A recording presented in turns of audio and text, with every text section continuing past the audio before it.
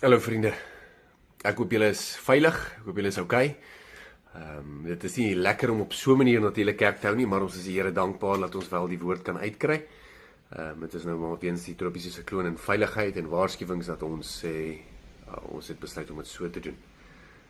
Maar selfs hierin weet ek ons is nie los van mekaar nie, ons is verseker een in gees. En my gebed is dat die Here julle so bemoedig vandag. Dit is tog my doel ook.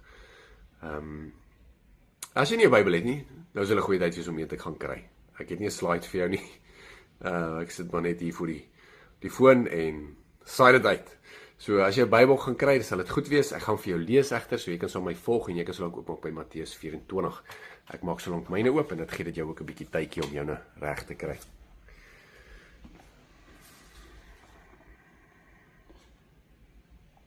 Goed, ek gaan ons lees Matteus 24 vers 3 tot 14.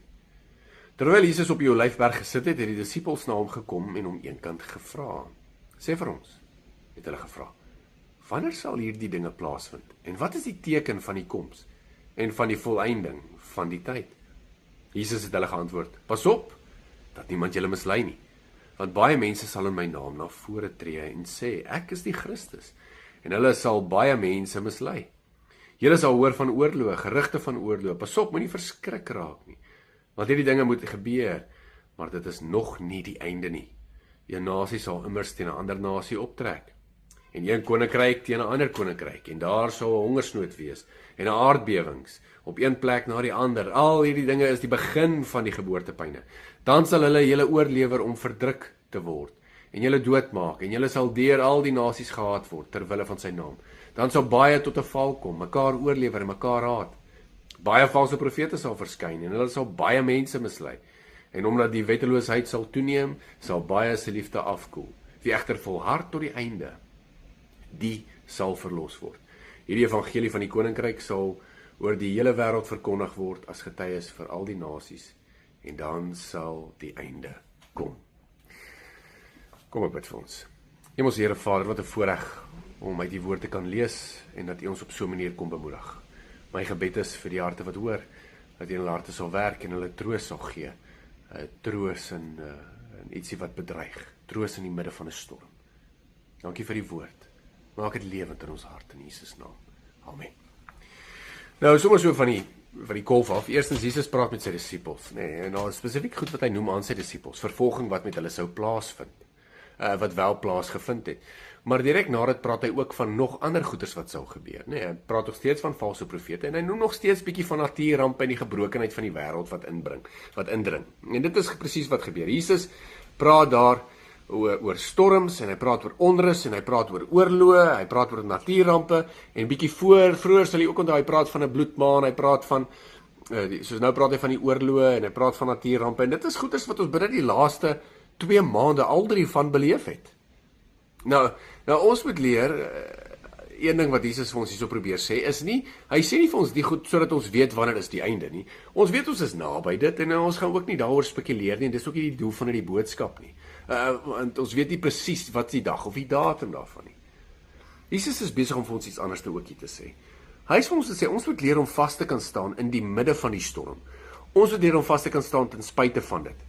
Hy gee ons 2 waarskuwings en hy vermaan ons om ietsie te doen. En dit is hoekom die teks so, ek dink relevant is. Ons sit hier in 'n sikloon, ons sit hier met oorlog, ons sit hier met 'n bloedmaan wat verby is, nie dat dit 'n groot effek op ons het nie, maar ons sit hier so, want ons sien hierdie goeders om ons gebeur en ons vra, wat staan ek te doen? Goed. Jesus begin daai gedeelte en hy gee waarskuwings, jy sal sien in vers 6 en in vers 4, gee hy 2 waarskuwings en hy sê pas op. Hy sê pas op. Nou, ek wil 'n storie gebruik om dit so 'n bietjie te illustreer en dan sal ek bietjie oor dit praat. Daar was 2 skepe wat vaar na dieselfde destinasie, oor dieselfde oseaan. Albei die skepe kom by dieselfde storm. Die een kaptein van die een skip sê, ek kyk na my kaart, ek besluit ek gaan hom vaar. Ek sien nie kans daarvoor nie. En hy vaar om die storm. Dan 'n kaptein sê, ek kyk na my kaart, ek kyk na my span, ek het vertroue en ek gaan reg deur die storm vaar. Die een het deur die storm gekom en hy het vroeër by sy destinasie uitgekom. Die een wat om die storm geseil het hom geld gekos, moeite gekos, tyd gekos, het eintlik maar verlies gelei. Nou die idee van hierdie verhaal is, As 'n skip heeltyd sy koers moet verander weens 'n storm, dan is dit eintlik die storm wat sy koers bepaal. Dan beteken dit hy word heen en weer gejaag. Sy rigting word bepaal deur sy omstandighede. Die ander ene sê ten spyte van die storm het ek vertroue, ek het geloof. En geloof kan my deur dit vat. Dis dieselfde uitgangspunt met ons geloof. Geloof in Christus. Ons weet in wie ons is en wie in ons is. En ten spyte van dit, weet ons dat geen storm te groot is vir ons om deur te kan gaan nie, solank ons aan Christus kleef en Christus in ons is. Kan jy dink, jou hele lewe moet bepaal word om storms te vermy? Niemand hou van dit nie. Niemand hou van 'n storm nie. Ek herken dit. Maar as storms heeltyd jou koers gaan bepaal, waartoe gaan dit jou heen waai? Waartoe is jy dan op pad? Christus sê vir jou, te midde van die storm, ten spyte daarvan, kan jy deur dit gaan. Dit laat ou ook dink op Psalm 23, nê? Al gaan ek deur die dal van doodskadu. Nie om hom nie, deur hom. En dit is in essensie wat ek glo Christus besig vir ons is om hierso te sê. Nou soos ek sê, hy begin met hierdie pasopstellings.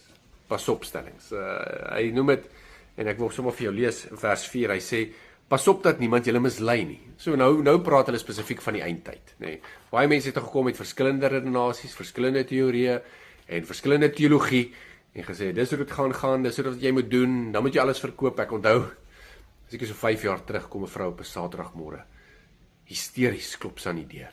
Ek maak oop, dit was vroeg 8:00 die oggend. Ek maak oop en sy sê, die Here het vir my gesê, ons gaan, ek dink dit was 2021 of 2020, ons gaan 2021 nie sien nie. Nou dit was Desember van 2020, nê. So dit beteken ons het 'n maand oor.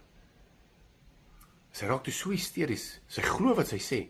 My kusin kom toe daan, my oudste seun, en hy raak toe ontsteld, emosioneel, hartseer oor die tannie se gedrag.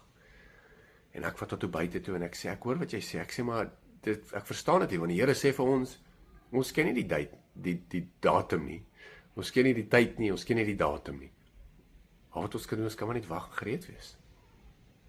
Sy sê, nee, die Here het vir haar gewys, die Here het vir haar gesê. En hier is ons nog steeds, nee. Ja, so, ek dink baie mense het baie goed om te sê daaroor. Ek weet, sy het so maat opgetree, dat sy toe begin goed verkoop het. Alles begin verkoop het, alles begin weggee het. Want sy het vasgeglo dat die volgende jaar sal sy nie ingaan nie. Want ons is nie veronderstel om te fokus op dit nie. Ons weet dit kom, maar dis nie ons fokuspunt nie. Dis die eerste pasop wat die Here vir ons gee. Is pasop dat jy nie mislei word nie. Jesus praat oor konflik, hy praat oor onsekerheid, hy praat van natuurrampe, en hy sê in die midde van dit, as jy gaan mense probeer.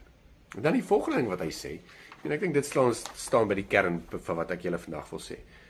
Hy sê in vers 6, julle sal hoor van oorlog en gerugte van oorlog. Pas op, moenie verskrik raak nie. Dit is nie mooi nie. Jesus sê, daar gaan storms kom. Daar gaan moeilike goed kom. Daar gaan oorlog kom. Daar gaan alles gebeur. Hy sê, moet net nie verskrik raak nie.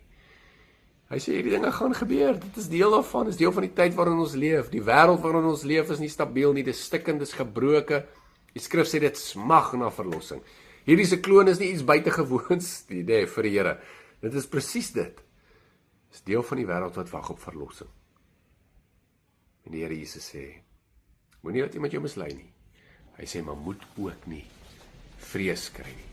Moenie verstrik raak nie. Hy praat van hierdie paniek, hierdie verskrikheid, paniek, hierdie innerlike ontwrigting. Hy sê, die probleem is nie wat om jou gebeur nie. Dit gaan gebeur.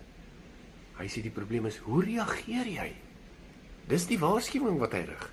Hy sê, daar gaan dit gebeur. Hy sê, maar hoe reageer jy? As ek weer daai verhaal van my kan gebruik as illustrasie. Die 2 skepe wat besig is om op die see te vaar. Nee, daai 2 skepe gaan deur die storm, of die een vermy hom of die een gaan deur hom. Maar die omstandighede is nie veronderstel om te bepaal hoe die skip seil nie. Jesus praat van 'n soortgelyke gelykenis in Matteus 7.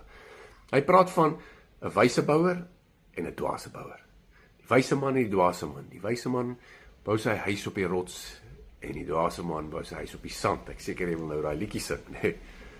Maar wat maak die een wys en wat maak die een dwaas? Die een wat die een wys maak, is die feit waar hy bou. Nie hoe hy bou nie. Nie, hy bou nie op 'n plek daar waar die storms is nie. Is 'n plek op wat hy bou. Op wie hy bou. Nie wat dwaas is, dieselfde konsep. Die wyse man bou op 'n fondasie. Nou, daai gelykenis praat van dit wat bou op wat Christus sê.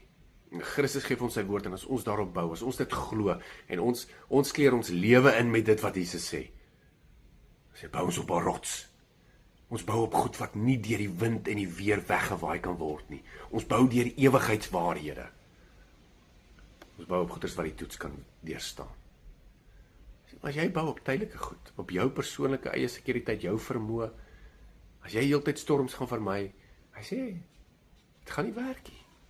Jy sê, 'n dwaase man bou op sand, hy bou op goed van die wêreld.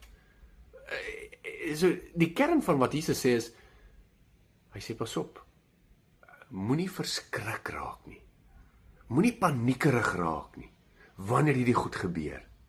Hy sê, raak gewortel, raak geanker. Hoekom? Want dit gaan nie oor die storm nie, maar dit gaan oor wat binne-in aangaan. Vriende, 'n storm buite vernietig jou nie. Dit is die storm binne jou wat gaan bepaal of jy gaan staan of val. En dit is vir my 'n groot doel van wat Jesus besig is om te sê, nee. As jy bietjie saam my so vorentoe spring na vers 12 en 13 wil ek graag vir jou weer lees. Hy sê, en omdat die wetteloosheid sal toeneem, sal baie se liefde afkoel. Wie egter wil volhard tot aan die einde, die sal verlos word. En daar is ons mooi, daar gee hy die wat jy moet doen. Hy sê, pas op, valse leerstellings, pas op dat iemand jou nie wegvat van hierdie fondasie nie, pas op dat iemand jou nie verlei nie, pas op dat iemand nie valse leerstellings in jou afdoen nie, en dan sê hy, moenie bang wees nie, hierdie goeders gaan gebeur, en dan sê hy vir jou, volhard tot die einde toe. Hy noem 3 goed daar, hy sê liefde gaan verkoel, hy sê geloof word getoets in die midde van die storm, en dan sê hy, jy moet volhard. Dit gaan volharding eis. Dis die kern van die teks. Hy sê, hierdie gebeure is nie daar om te sê, ek weet wanneer die eindtyd is nie. Hy wil vir jou sê, wat moet jy doen in die midde van hierdie gebeure? Hy sê, in die midde van die gebeure gaan jou geloof getoets word. Hy sê, pas op vir valsheid, moenie bang wees nie. Hy sê, volhard. Nee, dit stem ooreen met wat Jakobus sê. Hy sê, beproewings toets geloof. Beproewings produseer volharding van geloof, nee. Petrus sê dieselfde. Dis tog waarmee ons ook besig was die laaste ruk.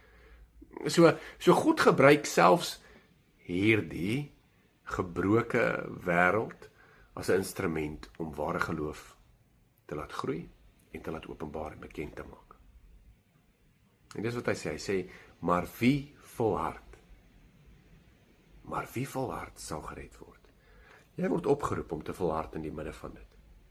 Ek dink 'n ou kan gou mismoedig raak. Die ekonomie, nou sê, ag, nog 'n storm ook. Nou kan ek nie eers by die kerk uitkom nie. Christus sê ten spyte van die goeders. Hy sê, volhard in my. Volhard in hierdie fondasie. Hou aan bou, wees geanker in wat hy sê. Wees geanker in wie hy is. Geloof is nie staties nie, nee. Ons sê dit, geloof moet kan hou onder druk. Ek meen, dit is waar alles saamkom. So die vraag is nie, hoe erg is die storm nie. Die vraag is nie, ag, wat nou nog nie. Die vraag is, sal ons geloof hou? En ek bid dat dit doen. Ek bid dat dit jou geloof, my geloof, die toets sal weerstaan. Nee. So wanneer die wind waai, waarheen draai jy eerste? Wanneer die storms aan die vensters klop, waar soek jy veiligheid? Hierdie storm doen iets. Dit wys ons fondament. Mag jy hardloop na Christus toe, in gebed, in smeking, in danksegging. Jesus het nooit beloof dat daar nie storm sal wees nie. Nee, inteendeel, Jesus het vir jou gesê, moenie mislei word nie, moenie bang word nie, en volhard. So, wanneer die wêreld skud, en wanneer die storms giet, Waar sal jy skuil en waarop sal jy bou? Kom ons bid. Ons Here Vader, dankie dat U ons bemoedig deur die woord. Mag ons na U toe kom en na U toe hardloop, by U skuil. Vader, my gebed is ons geloof werklik die toets sal weerstaan. Dankie vir die waarheid. In Jesus naam. Amen.